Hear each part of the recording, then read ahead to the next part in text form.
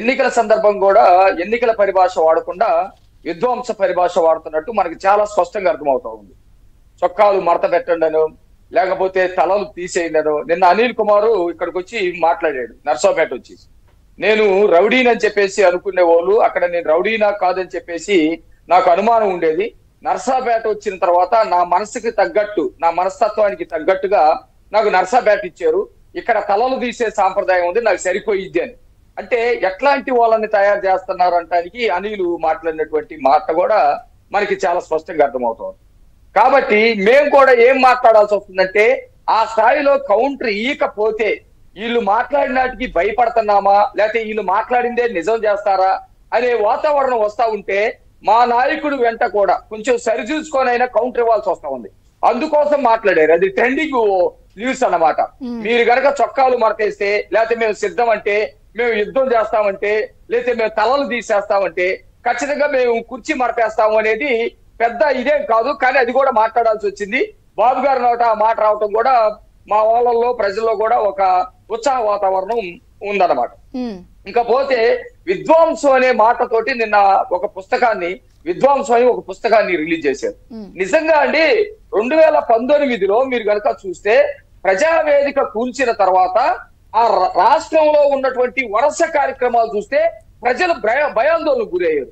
ఈ రోజు ఒక సంఘటన జరిగేది. ఈ సంఘటన మర్చిపోదాం అనుకునేటప్పటికి సాయంత్రానికి ఒక సంఘటన జరిగేది. సాయంత్రం జరిగినటువంటి సంఘటన రేపు పొద్దున ఒక ధర్నా చేద్దాం అనుకునే లోపు మళ్ళీ మధ్యాహ్నం ఇంకో సంఘటన జరిగేది. ఇట్లా ప్రతిరోజు విద్వాంసం. నిన్న పుస్తక ఆవిష్కరణ సందర్భంగా మాట్లాడినటువంటి వాళ్ళు ఒక్కరిలో కూడా ఒకళ్ళు మాట్లాడారు. పవన్ కళ్యాణ్ గారు మాట్లాడారు. ఇది వాస్తవానికి ప్రతిరోజు జరుగుతున్నటువంటి సంఘటనలే. చాలా వరకు మర్చిపోతాం అనుకున్నాము, మర్చిపోకుండా ఈ మొత్తం కూడా గుర్తు చేసే విధంగా ఈ పుస్తకంలో ఉంది. 700 పేజీలతోటి.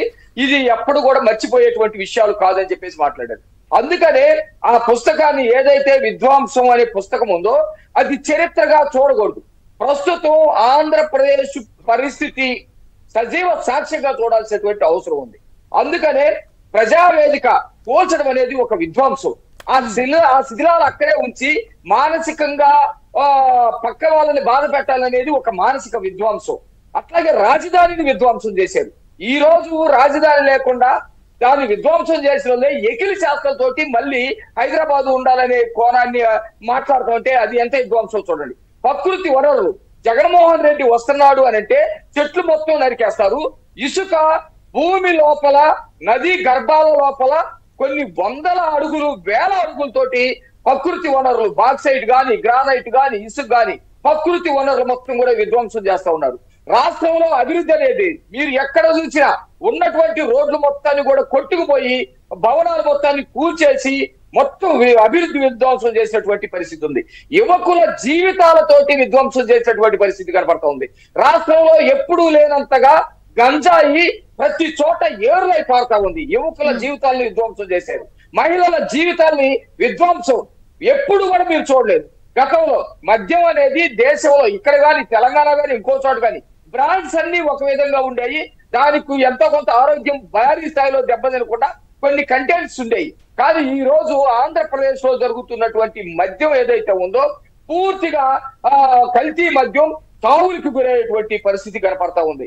తర్వాత మానవ వనరులు విద్యార్థులు గాని, మహిళలు గాని, చిన్న చిన్న పిల్లలు గాని గంజాయికి అలవాటు పడి మానవ వనరులన్నీ విధ్వంసం అయిపోతా ఉంది. ముఖ్యంగా రాజ్యాంగ సాంప్రదాయాల విధ్వంసం, అట్లాగే అసెంబ్లీ విలువలకి విధ్వంసం, తర్వాత కుటుంబ బాంధవ్యాలకి విధ్వంసం. చంపినోడు ఏమంటాడంటే అది చంపటం కాదంటాడు. తల్లిని పంపించినోడు ఏమంటాడంటే అది పంపటం కాదంటాడు. బాబాయిని నరికినోడు ఏమంటాడంటే అది నరకటం కాదు, గుండె చంపంటాడు. ఇట్లా ప్రతిదీ మేధా విధ్వంసం జరుగుతా ఉంది. ప్రతి జీవితాన్ని కూడా పూర్తిగా నాశనం చేసే పరిస్థితి ఉంది. మీరు కనుక చెప్పుకుంటా వెళ్తే ప్రతి అంశాన్ని సృజించాలంటే ఈ రాష్ట్రంలో శ్రీకాకుళం నుంచి చిత్తూరు దాకా ప్రతి సంఘటనని చెప్పాల్సినటువంటి పరిస్థితి. వీటినన్నిటినీ కప్పిపుచ్చుకోవటానికి ఎన్నికల భాషని ఒక యుద్ధతంత్ర భాషగానో, ఒక విధ్వంస భాషగానో వాడేటువంటి పరిస్థితి ఈ రోజు మీకు కనపడతా ఉంది. అందుకనే ప్రజలందరూ కూడా మీరు చాలా క్లియర్ గా చూడండి. ప్రజలందరూ ఒక ఆలోచనకి ఆల్రెడీ ఆంధ్రప్రదేశ్ లో వచ్చారు. ఏ ప్రజలైతే ఉన్నారో, ఈ ఒక కొన్ని వర్గాల ప్రజలు అనుకుందాం, మహిళలను, పురుషులను, విద్యార్థులను, యువకులను, లేకపోతే ఉద్యోగులను మీరు ఏదో ఒక వర్గం కింద చూడండి. అంటే వీటి కింద వీళ్ళని గనక చూస్తే ప్రతి ఒక్కరు కూడా ఎక్కడో ఒక చోట బాధపడి ఉన్నారు, ఏదో ఒక చోట ఆందోళనకు గురవుతా ఉన్నారు, వాళ్ళ జీవితానికి భద్రత లేనటువంటి పరిస్థితి కనబడతా ఉంది. ఇలాంటి వాళ్ళందరూ ఒక పక్కన ఉంటే వాలంటీర్లకి సన్మానం చేస్తూ ఆ సన్మానాలతోటి నేను మిమ్మల్ని ముందు పంపిస్తాను, మీతోటి యుద్ధం చేపిస్తానంటే ఈ వర్గ ప్రజలు ఎవరన్నా ప్రశాంతంగా ఉంటారా? యుద్ధం చేపిస్తారు అన్న కోణంలో ఎందుకు చూస్తున్నారు? బుజ్జగిస్తున్నారేమో వాళ్ళని. ఇన్నేసి డబ్బులు ఇప్పుడు ఉద్యోగస్తులకు ఇచ్చారా ఎప్పుడైనా? లేదంటే గతంలో చాలా సంప్రదాయాలు ఉండేవి, ఉద్యోగస్తులకి సన్మానాలు ఇవ్వడం, లేదంటే వాళ్ళకి ఏదైనా పని బాగుందంటే ఏదైనా మెడల్స్ ఇవ్వడం, అలాంటివి ఉండేవి. ఇప్పుడు వాళ్ళకి ఏం లేవు కదా, వీళ్ళకి ఇస్తున్నారు అని అంటేనే వీళ్ళు కూడా అలిగేశారని అర్థం కదా. వీళ్ళకి ఇన్నేసి కోట్లు ఇచ్చి పెట్టి బుజ్జగిస్తున్నారని కదా పాయింట్. చంద్రిక గారు, ఇది ఖచ్చితంగా కాదు బుజ్జగించడం అన్నది. దీన్ని జగన్మోహన్ రెడ్డి భాషలోనే రెచ్చగొట్టడం అంటారు. ఎందుకంటే వాళ్ళకి 5,000 రూపాయల జీతంతో వాళ్ళ జీవితాలు, నేను ఈ విద్వాంసంలో వాలంటీర్ల విద్వాంసం కూడా ఉంది. వాలంటీర్లుగా తీసుకునేటప్పుడు కనీస ఉద్యోగ అర్హత వయసును బట్టి మాత్రమే వాళ్ళు తీసుకున్నారు. చిన్నపిల్లలు నేను తీసుకోవాలా, 18 నుంచి 21, అట్లాగే ఇంటరు, డిగ్రీ, పీజీ చేసినటువంటి వాళ్ళని తీసుకున్నారు. వాళ్ళందరూ కూడా ఈ 5 ఏళ్ల నుంచి ఆ 5,000 రూపాయలకి చేస్తా ఉన్నారు. 5,000 రూపాయలకి వాళ్ళు ఉద్యోగం జీవితం మొదలు పెట్టినప్పుడు వాళ్ళు బ్యాచిలర్స్ గా ఉన్నారు. ఆ తర్వాత వాళ్ళు మ్యారేజ్ చేసుకున్నారు. కొంతమందికి ఒకళ్ళో ఇద్దరు పిల్లలు కూడా పుట్టారు. ఆ 5,000 రూపాయలతోటి వాళ్ళ జీవితాలు గడవు. వాళ్ళు కూడా బాధల్లో ఉన్నారు. వాళ్ళు కూడా జగన్మోహన్ రెడ్డి అతను చేస్తున్నటువంటి